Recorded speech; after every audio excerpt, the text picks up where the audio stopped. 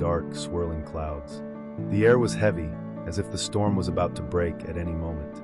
When she stepped inside, the familiar sound of her name echoed through the hallway. Joshua, her guarding angel, appeared in the doorway. His presence was always calming, but tonight, there was something different about him. His face was serious, almost intense, and his voice carried an urgency that made her pause. Eva set down her bag, feeling every ounce of her fatigue.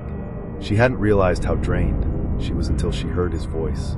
She ran a hand through her messy hair, the weight of her day still pressing down on her. There was a brief silence before Joshua spoke again, his words sending a chill through the air.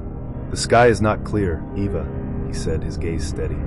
"A storm is coming, but it's not the kind you see on the weather forecast." Eva frowned, confused by his cryptic words. A strange sense of unease settled in her chest.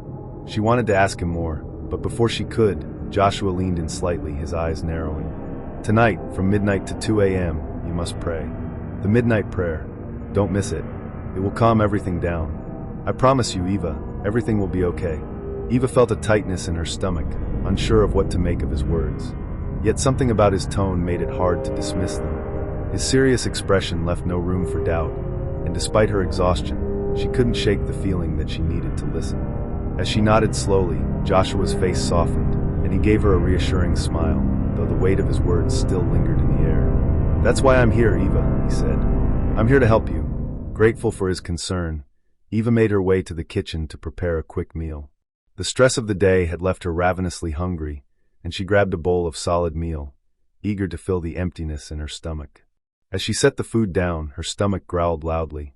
But before she could start eating, Joshua spoke again, his tone sharp. "You can't eat all that," he said, his eyes fixed on the plate. "It's too much. You won't be able to pray after eating all of it." Eva rolled her eyes, frustration building.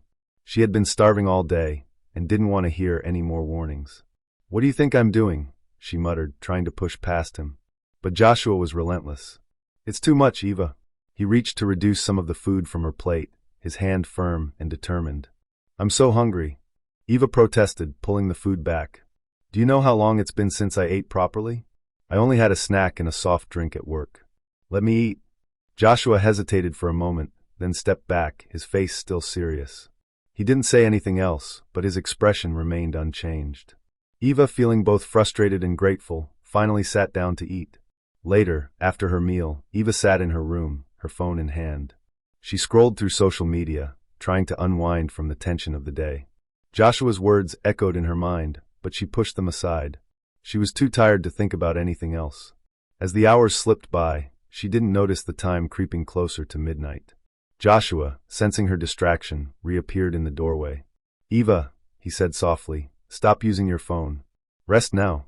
Lie on the floor if you have to, so you'll wake up easily for the prayer." The enemy is clever. But Eva didn't listen. She was too absorbed in the endless stream of posts and updates to care. "I'll fight the devil with my prayers tonight," she said dismissively, not fully understanding the weight of what Joshua had warned her about. Joshua sighed quietly, but didn't argue.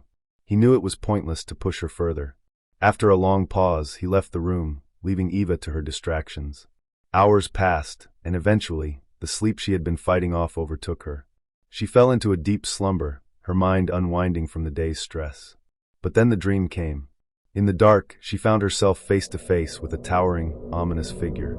It was monstrous, its hands like claws, sharp and menacing. It grabbed her by the throat, squeezing tightly, and she struggled to breathe.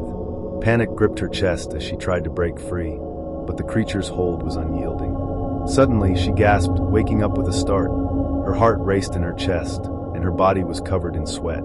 She looked at the clock in a haze, her stomach dropping when she saw the time. It was already 5:10 a.m. No, I missed the prayer," she whispered, panic rising in her chest. She could feel the darkness from her dream lingering, pressing in on her. As she struggled to shake off the fear, her throat tightened, and a violent cough gripped her body. She clutched at her neck, but the cough wouldn't stop. Her vision blurred as she looked down, horrified to see red, sticky cloth spilling from her mouth. Blood. Her body shook as she coughed violently, the sensation of choking overwhelming. In the midst of her pain, a voice rang out in her mind, clear and urgent. It was Joshua's voice. "The storm is coming. Eva, you must pray." But it was too late. The darkness had already found her, and she could feel it closing in. Asterisk.